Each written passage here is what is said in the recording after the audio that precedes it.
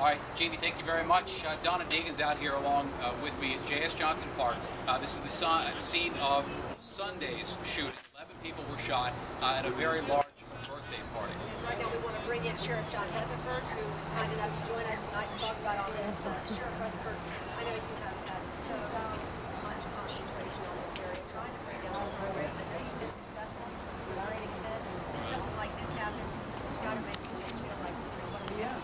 It is a step backwards. I mean, we've seen a 20% reduction in crime in the Brooklyn community area. That's huge. But that just shows that even with those gains, you can certainly have an event like this. And it goes back to what is the real challenge? And the real challenge is, how do we raise young boys and girls to become nonviolent young men and women? Because putting them in jail and making an arrest after this event is not enough. Law enforcement can identify the perpetrators, we can track them down, we can arrest them, we can put them in jail, we can prosecute them, but that doesn't preclude the event from happening. And so the answer has got to be exactly, and we've had great success there. I mean, we're down to 30%. Our recidivism rate is down 7 points from 37% to 30%. So we're even making gains there. But this shows the impact that these kind of events can have in a community. Now the good news is, I think, is the amount of community participation and the community support and help that law enforcement has received, both here in Brooklyn and over in the Newtown area, in giving us the tips. We now have an arrest warrant out for one of the perpetrators from here on Spruce Street. We have, as you know, made an arrest on the shooting event over at Prince Street. So the community is working with us, and I want to make the point to the rest of the community that these are good people that live in these communities. 99.9% of the people in these communities are good people, and they work with us. Now, they may not want to talk to a news camera, but because they refuse to talk to you guys doesn't mean that they're not talking to us. Well, at times not wanting to talk to me just shows good judgment. I want to get, Sheriff, I want to interrupt you because I do want to get some specifics we can about this case. One, were these two separate incidents related? And two, do you suspect gang activity for the one that happened here where we are right now? First of all, the two events are not related at all. At all. Not so you at all. don't think this is a retaliation situation? No. No, absolutely not. In fact, we said that when we made the arrest early in the morning on the Prince Street situation. These have no bearing to each other at all.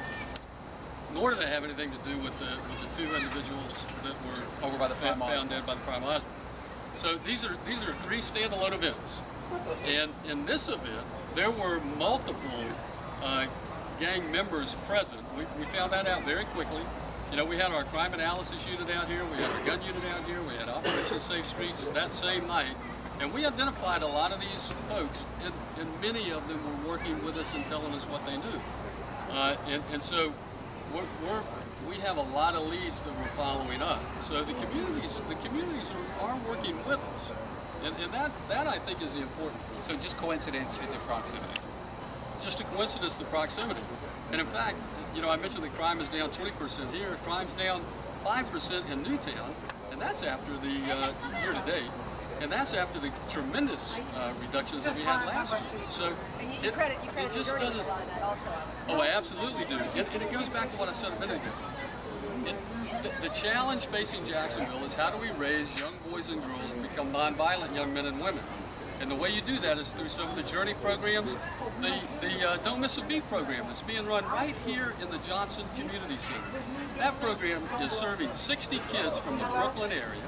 These kids are there for summer, they're there after school, and that is how you drive crime down in the community. Now, it may not have the full impact for another 5 years or 7 years, but when these kids who are 10 now are 15 in 5 years, it's going to have a big impact.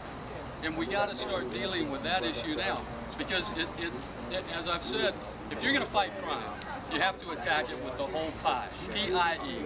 That's prevention, intervention, and enforcement.